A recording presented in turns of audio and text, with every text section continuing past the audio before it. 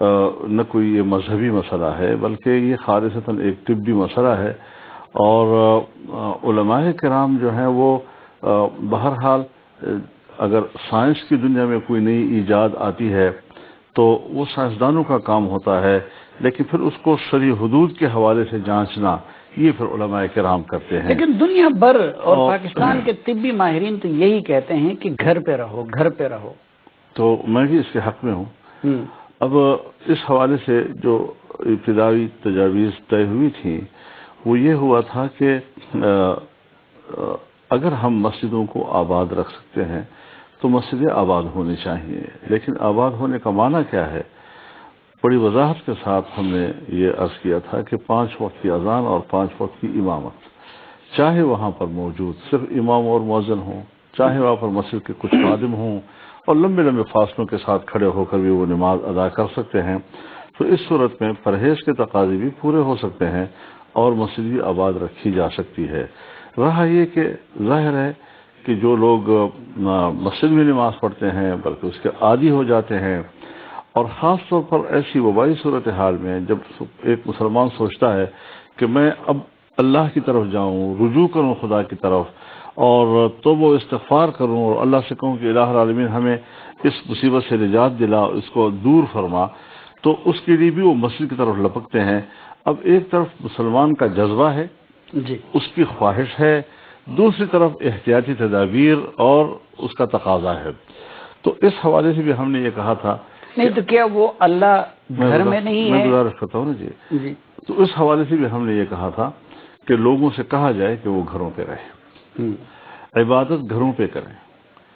انتظامیہ ان کو کہے کہ تم گھروں پہ رہو، چنانچہ جب انتظامیہ کے کہنے پر آپ اپنے خواہش کو ترک کرتے ہیں اور اپنے گھر میں نماز پڑھتے ہیں تو آپ معذور کے حکم میں آ جاتے ہیں۔ جس طرح ایک معذور آدمی نہیں جا سکتا مسجد میں، یا بارش ہے بہت زیادہ وہ گھر سے باہر نہیں نکل سکتا، یا مرض کا خطرہ ہے، بہت زیادہ ٹھنڈ ہے، تو وہ عذر سمجھ کر پھر گھر میں پڑھتا ہے اس احساس کے ساتھ کہ میں مسجد تو جانا چاہتا تھا لیکن میں نہیں جا سکتا، تو ثواب مل جائے گا۔ لیکن مولانا صاحب، آپ کے ابتدائی تلقین کے باوجود، حکومت کے فیصلے کے باوجود، بہت ساری مساجد میں اس دوران بھی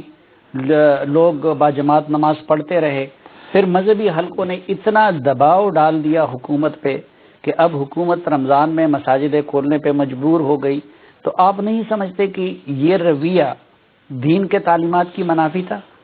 دیکھیے، دین کی تعلیمات کے تو منافی نہیں ہوگا، اس لیے کہ سب نے اس کو سوچا ہے۔ بنیادی بات یہ ہے کہ یہ جو وائرس ہے، جرثومہ ہے، کیا یہ صرف مسجد کو تاڑتا ہے کہ جہاں مسجد میں لوگ اکٹھے ہوں گے تو پھر میں وہیں جاؤں گا؟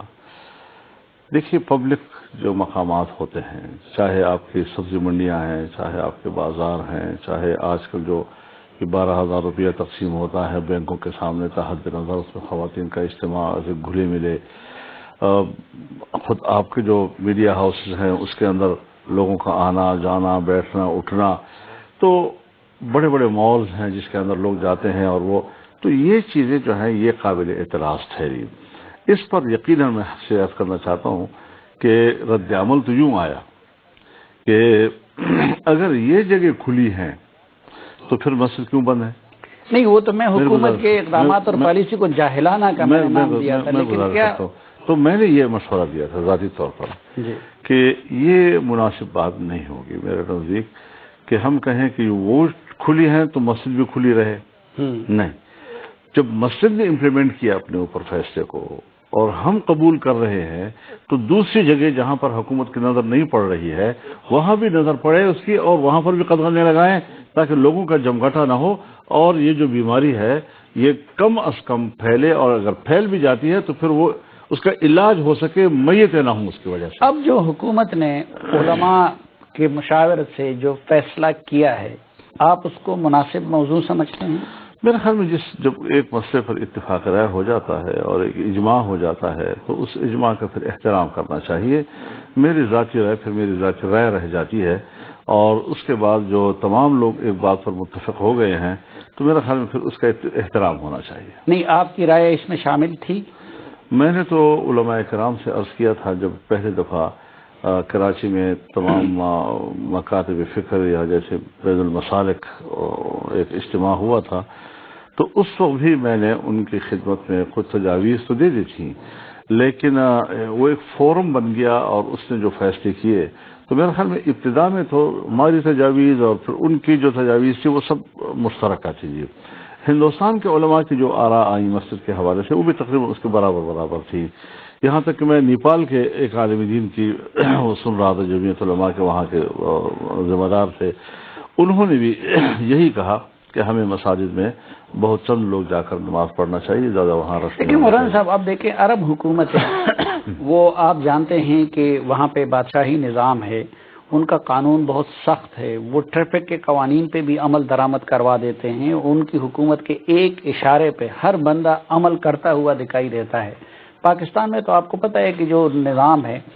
یعنی اگر سعودی حکومت چاہتی تو اس چیز کو اگر وہ حکم کریں کہ 6 فٹ کا فاصلہ رکھنا ہے، یہ کرنا ہے، تو پھر کوئی سعودی اس سے 5 فٹ کھڑا نہیں ہو سکتا لیکن ہمارے ہاں تو حکومتی حکم کے عدولی کو ایک کار ثواب سمجھا جاتا ہے۔ تو آپ سمجھتے ہیں کہ پاکستان جیسی غیر منظم سوسائٹی میں، دیہاتی سوسائٹی میں، یہ جو کچھ کہا گیا ہے 6 فٹ کا فاصلہ اور صف کا درمیان میں بھی اس کو انشور کرایا جا سکے گا؟ رسک نہیں ہے؟ 100% سیدھی بات یہ ہے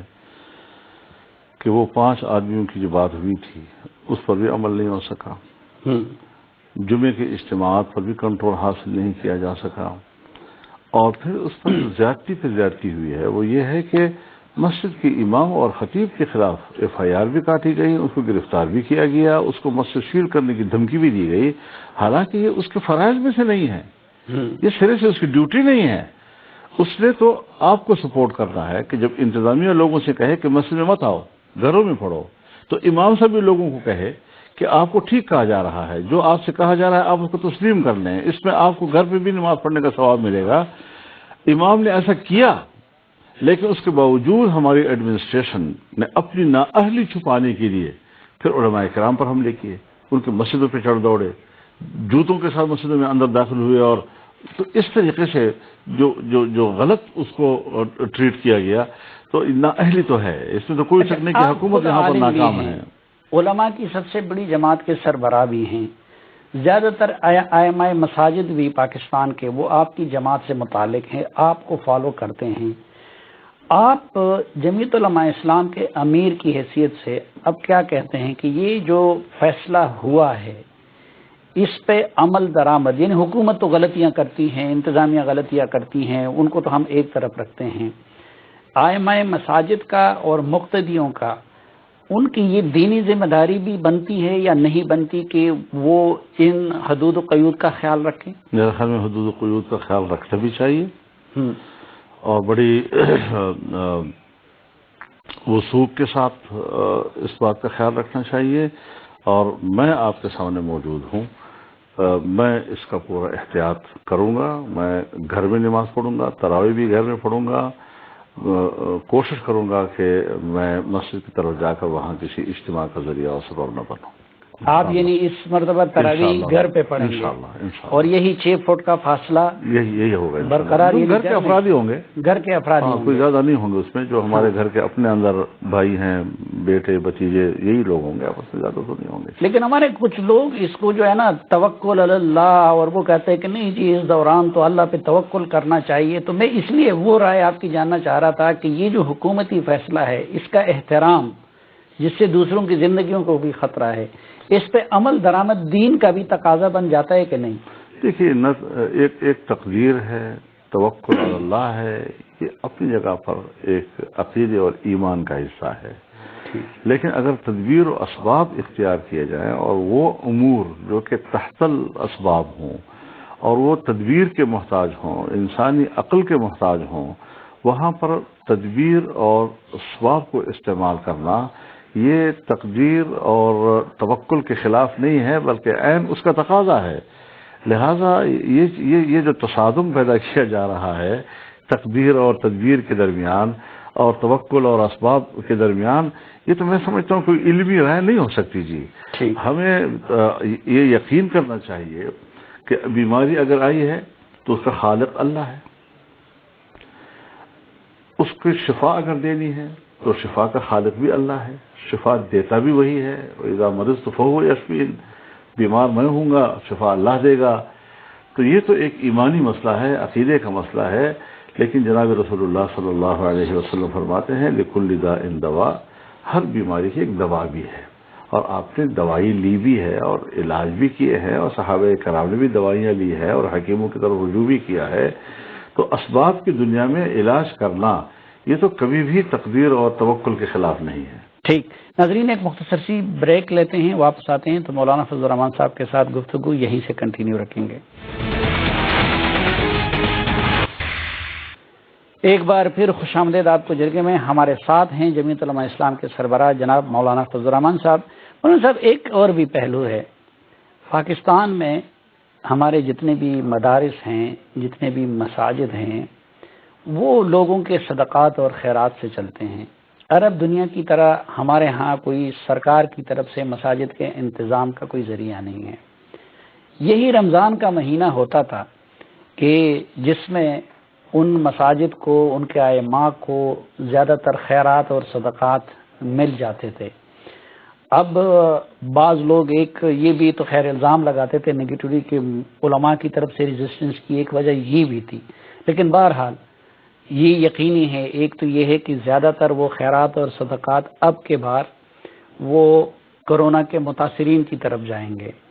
پھر مساجد میں وہ تعداد بھی نہیں ہوگی.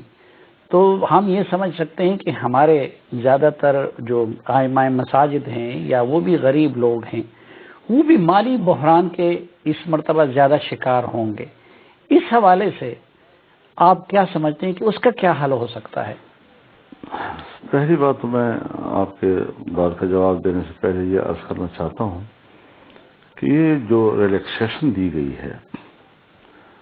یہ اگر گورنمنٹ نے دی ہے تب بھی پبلک کے دباؤ کے نتیجے میں دی ہے. اگر علماء کرام بھی نرم پڑے ہیں تو وہ بھی اپنے محلے اور علاقے کے پبلک کے دباؤ کی وجہ سے. تو اس میں میرے خیال میں سوائے صرف ائمہ کرام کو اور ان کو زیر بحث لانا شاید مناسب بات نہیں ہے. پبلک کا ایک پریشر ہے، ایک دباؤ ہے، جس میں ایک درمیانی راستہ اختیار کرنے کی کوشش کی گئی ہے اور اس پر ایک اتفاق رائے حاصل کیا گیا ہے. رہی بات یہ، میں آپ کے اس سوال کا یہ فائدہ اٹھاتے ہوئے بات کرنا چاہتا ہوں کہ جہاں ہمیں اس بات کا فکر ہے کہ مزدور، محنت کش، دہاڑی دار، روزمرہ کی بنیاد پر کمانے والا، چنگشی ڈرائیور، رکشہ ڈرائیور، تانگے والا، اگر آج وہ بے روزگار ہے اور ہمارے جو اہل ثروت لوگ ہیں وہ پیکج بنا کے ان کے گھروں تک پہنچا رہے ہیں، تنظیمیں پہنچا رہی ہے، چاہے میری جماعت ہو، چاہے دوسری جماعتیں ہوں، تنظیمیں ہوں، انجمنیں ہوں، بازار کے لوگ ہوں، یا یہ کہ اپنی حیثیت میں کوئی خود کام کر رہا ہو، یہ اپنی جگہ پر بالکل صحیح ہے. لیکن یہاں پر ان لوگوں کو جو مساجد میں سارا سال بلکہ ساری زندگی آپ کی مسجد کو آباد رکھتے ہیں، آپ کے مدارس کو آباد رکھتے ہیں، قرآن و حدیث کے علوم آپ کو دے رہے ہوتے ہیں، تو ان لوگوں کو بھی نظر میں رکھنا چاہیے. کیونکہ یہ کوئی مزدوری کرنے والے لوگ بھی نہیں ہے. مدرسوں کے چندے بھی اب رک گئے ہیں، تعلیمی ادارے بند ہو گئے ہیں، مدارس سے چھٹی کر دی ہے. تو ان کو بھی نظر میں رکھنا چاہیے اور ان کے بچوں کا اور ان کے روزگار کے لیے بھی لوگوں کو فکر مند ہونا چاہیے. صاحب ثروت لوگوں کو اپنا پیسہ ادھر بھی متوجہ کرنا چاہیے. یہ میری ایک گزارش بھی ہے آپ کے اس سوال کا فائدہ اٹھاتے ہوئے. تاہم یہ ایک بڑی مشکل ہے اور سنجیدہ امر ہے کہ لیکن یہ بات مد نظر رہے کہ اگر ایک مولوی صاحب 5 وقت نماز پڑھاتا ہے اور آپ سے کہتا ہے کہ چلو مسجد میں لوگوں کو آنے دیں، محدود طریقے سے ہم قالینیں اٹھا لیں گے، فرش کو ہم ہر نماز کے بعد دھوتے رہیں گے، اس سے اس کے پاس کوئی پیسہ نہیں آ جاتا جی. وہ جو پیسہ آتا ہے پورے ملک کے اندر ایک ہر مدرسے کا ایک اپنا حلقہ بنا ہوا ہوتا ہے اور مدرسے کا محتمم یا اس کا انتظامیہ یا نمائندہ انہی لوگوں کے پاس جا جا کر ان سے وہ سالانہ جو ہے امداد دیا کرتا ہے، وہ اکٹھا کرتا ہے. کبھی تھوڑی سی اس میں کمی بھی آ جاتی ہے، کسی اور طرف سے کوئی نئے لوگ ان کو مل جاتے ہیں. تو آج بھی اگر مدرسوں کی چھٹیاں ہیں اور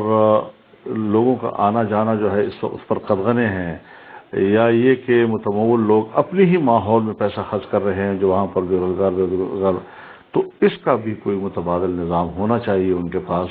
کہ ان کے ماحول میں جو مدارس کا نظام ہے اور وہاں پر جو لوگ خدمات سر انجام دے رہے ہیں، یہ بھی تو امت کے بچوں کو تعلیم دے رہے ہوتے ہیں اور ایک بہت بڑی خدمت سر انجام دے رہے ہیں، اور بے سر و سامانی کے عالم میں کہ جس پر کوئی اسٹیٹ کی طرف سے بھی کوئی ان کی وہ سرپرستی نہیں ہو رہی، نہ ان کی حوصلہ افزائی ہے، اور بالکل ہی ایک پبلک سیکٹر میں آزادانہ طور پر رضاکارانہ طور پر وہ کام کر رہے ہوتے ہیں۔ تو میں سمجھتا ہوں کہ یہ جو ان کا ہے، میں نے آپ سے عرض کیا کہ پبلک دباؤ کی وجہ سے ایسا ہوا ہے، کوئی ورنہ تو پہلے دن بھی یہ کہہ سکتے تھے کہ اچھا، اس سے الٹ ایک سوال، پہلی دفعہ نہیں کہا انہوں نے اور انتظار کیا، اور وقت کے ساتھ ساتھ پبلک کا دباؤ آیا یا حکومت کی نااہلی یا عدم توجہ جو ہے وہ سبب بنی اس چیز کی، تو اس کا الزام ان پر ضرور ڈالا۔ اس سے الٹ ایک سوال ہے کہ جی آپ کے اس ملک میں لاکھوں معتقدین ہیں، آپ کی اپنی رضاکار تنظیم بھی ہے،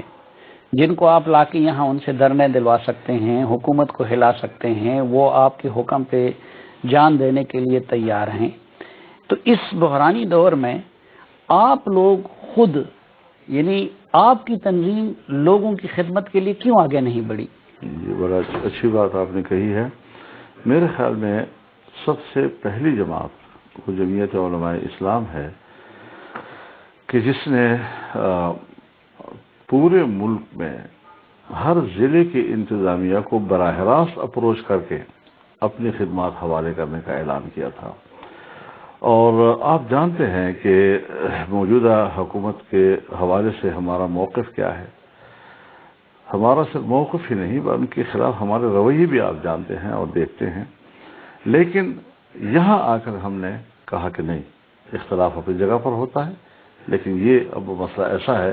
کہ جو پوری قوم کا مسئلہ ہے، ہر شخص کا مسئلہ ہے۔ آپ نے شاید وہ کلپ دیکھا ہوگا کہ جب ڈیرہ اسماعیل خان میں ہمارے کارکن جو ہیں وہ راشن تقسیم کر رہے تھے، تو ہم نے تمام سیاسی پارٹی کو، ایون کہ ہم نے پی ٹی آئی والوں کے عہدیداروں کو بھی کہا کہ اگر آپ کو ضرورت ہو تو ہم آئیں، آپ کو بھی حوالے کرتے ہیں، آپ اپنے علاقوں میں اگر آپ کی نظر میں کوئی ایسے ہوں کہ جن تک کوئی چیز نہ پہنچی ہو تو ہم اس کے لیے بھی تیار ہیں۔ جب حکومت نے ٹائیگر فورس بنا دی اس کام کے لیے، تو آپ لوگوں نے اپنے رضاکار ان کے کیوں حوالے نہیں کیے؟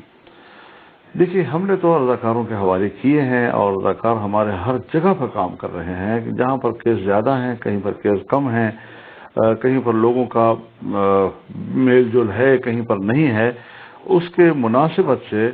ہر ضلع ہمارا جو ہے وہ متحرک ہے، رضاکار متحرک ہیں، رات کی تاریکیوں میں جا کر تاکہ پبلک نہ دیکھے، اور ان کے دہلیز پر جا کر وہ راشن چھوڑتے ہیں اور واپس آتے ہیں، اور اس طریقے سے خدمت انہوں نے کی ہے۔ میں یہ نہیں بالکل کہوں گا کہ خدا نخواستہ ہمارے علاوہ کوئی اور ایسا کام نہیں کر رہا یا خدمت نہیں کر رہا، میں ان کو بھی خراج تحسین پیش کرتا ہوں، لیکن آپ نے میرے رضاکاروں کے حوالے سے جو بات کی ہے، میرے خیال میں جس طرح ان کو اپریشیٹ کرنا چاہیے، شاید ہماری میڈیا نے اس کا حق ادا نہیں کیا، لیکن بہرحال اللہ دینے والا ہے۔ اچھا، لیکن لوگ کہتے ہیں کہ اس معاملے میں آپ لوگ بھی سیاست سے بالاتر نہیں ہوئے، اور حکومتی ایفرٹس کو جس طرح اپریشیٹ کرنا چاہیے تھا وہ آپ جیسے لوگوں نے نہیں کیا۔ اگر حکومت کی کوئی ایسی ایفرٹ سامنے آئی ہیں، دیکھیے میں ایک گزارش آپ سے کروں، جس طرح پورے ملک میں جمعیت Ulema Islam P T I کی سخت اپوزیشن ہے، کچھ اسی طرح اسی کے قریب سندھ میں بھی جمعیت علماء اسلام وہاں سندھ حکومت کے مقابلے میں اچھی خاصی تند اپوزیشن کرتی ہے جی، لیکن آپ نے دیکھا جی کہ ہم نے سب سے پہلے کہا کہ جو صوبہ سندھ کی حکومت کر رہی ہے ہم اپریشیٹ کرتے ہیں جی۔ ہم نے اس حکومت کے حوالے سے بھی، جب آپ بتائیں، جب حکومت جو ہے میرے صوبے میں پی ٹی آئی کی ہوگی، جب پنجاب میں پی ٹی آئی کی ہوگی، ایڈمنسٹریشن اس کے ہاتھ میں ہوگی، اور میں ان کو جا کر کہہ رہا ہوں کہ ہماری خدمات آپ کو حاضر ہیں، تو اس کا معنی یہ ہے کہ ہم نے اختلاف سے بڑھ کر، لیکن اب نااہلیاں کہاں ہوئی ہیں؟ آپ دیکھیں جی، تفتان سے لوگ آتے ہیں اور کوئی 3-4 ہزار لوگ بیک وقت اندر آتے ہیں، چاہیے کہ وہاں پر جب ایک دفعہ وبا پھیلی ہوئی ہے تو وہاں سے جب ہمارے ہاں انٹر ہوتے ہیں، بھلا وہ کسی مسئلے سے تعلق رکھتے، یہ کوئی مسئلہ نہیں ہے، میں ایک بطور ایک پاکستانی کی بات کر رہا ہوں، اس پاکستانی کو خود بھی محفوظ رکھنا، اس پاکستانی سے دوسرے معاشرے کو بھی محفوظ رکھنا، یہ حکومت کی ذمہ داری تھی۔ پورے ملک میں وہ لوگ پھیل گئے، آج بھی کوئی ایسا قرنطینہ نہیں ہے کہ جہاں کہا جا سکے کہ واقعی وہ لوگ محفوظ ہیں، باقاعدہ ان کی علاج معالجہ ہو رہا ہے، باقاعدہ ان کی ٹریٹمنٹ ہو رہی ہے، کہیں بھی ایسا نہیں ہے جی۔ دیکھنے میں تو یہ قرنطینہ ہے۔ اب میں اس حوالے سے کچھ آپ سے عجیب آپ نے میرا ذہن چلا دیا ہے، یہاں عجیب سے کام ہو رہے ہیں جی۔ ایک تو لوگوں کو، عام لوگ پرائیویٹ سیکٹر میں مدد زیادہ پہنچا رہے ہیں بنسبت حکومت کی۔ حکومت صرف باہر کے قرضوں کو معاف کروانے اور نئی مدد حاصل کرنے کے لیے کورونا کو استعمال کر رہے ہیں۔ تو یہاں تک ہوتا ہے، مثال کے طور پر کسی بھی محلے میں کسی بھی وجہ سے کوئی میت ہو جاتی ہے، وہ گھر والا بیچارہ اپنی میت کا اعلان نہیں کر سکتا کہ آؤ لوگوں جنازہ پڑھیں، ایک دم سے لوگ پہنچ جاتے ہیں جی آپ اس کو کورونا میں لکھوائیں۔ تو کورونا میں نہیں ہے، اس کو یہ ہارٹ اٹیک سے ہوا ہے، یہ گردے فیل ہو گئے ہیں، یہ کینسر کا بیمار تھا، یہ جگر فیل ہو گیا، یہ ایکسیڈنٹ والا تو خیر وہ تو نہیں ہو سکتا، لیکن یہ ہر چیز پر پہنچ کر یہ کہتے ہیں کہ کورونا میں لکھواؤ۔ اب یہ ریشو غیر ضروری طور پر بڑھانا، جبکہ آج اگر 22 کروڑ آپ کی آبادی ہے تو 4,500 سے 4,000 آپ کی روزمرہ کی وفات عام طور پر۔ لیکن یہ تو خود جس سندھ حکومت کی آپ تعریف کر رہے ہیں، وزیر اعلیٰ سندھ نے کہا تھا کہ ہو سکتے بہت سارے کیسز وہ کورونا کی وجہ سے لوگ مرے ہوں، لیکن ہمیں پتہ نہیں ہے کہ ہم ان کو کورونا میں ایڈ نہیں کر رہے۔ دیکھیے یہ غلط بات ہے۔ حضرت کورونا والا جو ہے وہ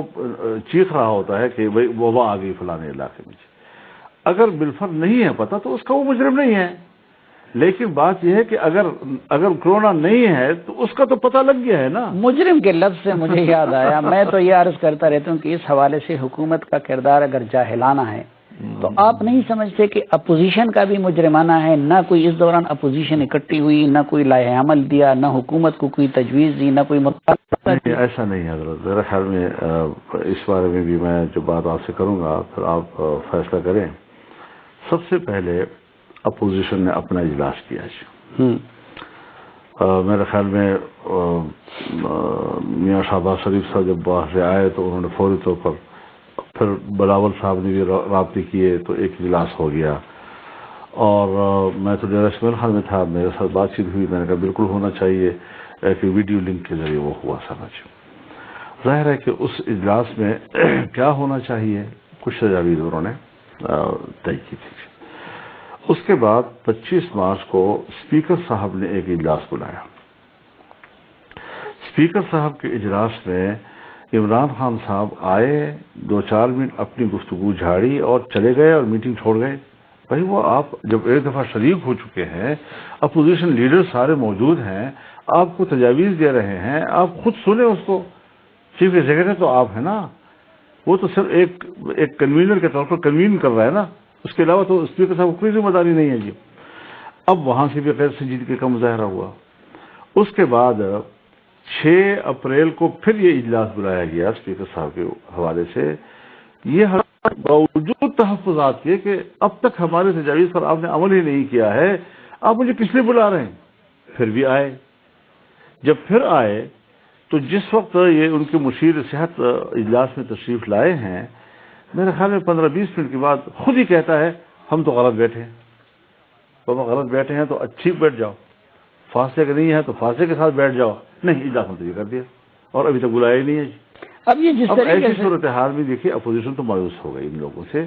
کہ انہوں نے نہ پہلے دن کی تجاویز کو سنجیدہ لیا، نہ دوسرے میٹنگ کی تجاویز کو سنجیدہ لیا، نہ تیسری میٹنگ کی تجاویز کو سنجیدہ لیا۔ پھر یہ علماء کرام کا سوال آ گیا کہ جی جیسے مساجد ہی ذمہ دار ہوں، تو پھر انہوں نے اپنی تجاویز دی، اور آج آخری میٹنگ شاید عارف علی صاحب کے ساتھ۔ ناظرین ایک مختصر سی بریک لیتے ہیں، واپس آئیں گے تو مولانا صاحب کے ساتھ تھوڑی سی سیاست کی بھی بات کریں گے، ہمارے ساتھ رہیے۔ خوش آمدید آپ کو جرگے میں، مولانا فضل الرحمان صاحب ہمارے ساتھ ہیں۔ مولانا صاحب، پہلے تو کہا جاتا تھا کہ صرف معیشت کا تقاضا ہے